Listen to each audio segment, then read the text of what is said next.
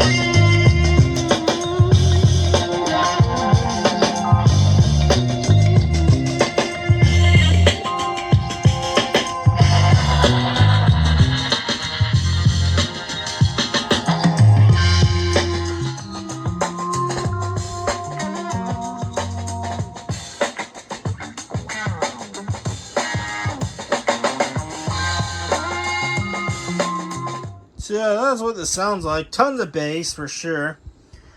And the unique design of these grills I've noticed is it really softens the treble a little bit in a good way. Just the way how this is designed. So certain highs that are usually extremely loud, like on something like this, this kind of softens it. That's really what I like about this, and I also like this the design of it in general. Kind of cool. Let's do a basic page test using a microphone, because I'm sure you want to hear what this sounds like with voices. So here we go. As you can hear, yeah, it's basic, but it does the job.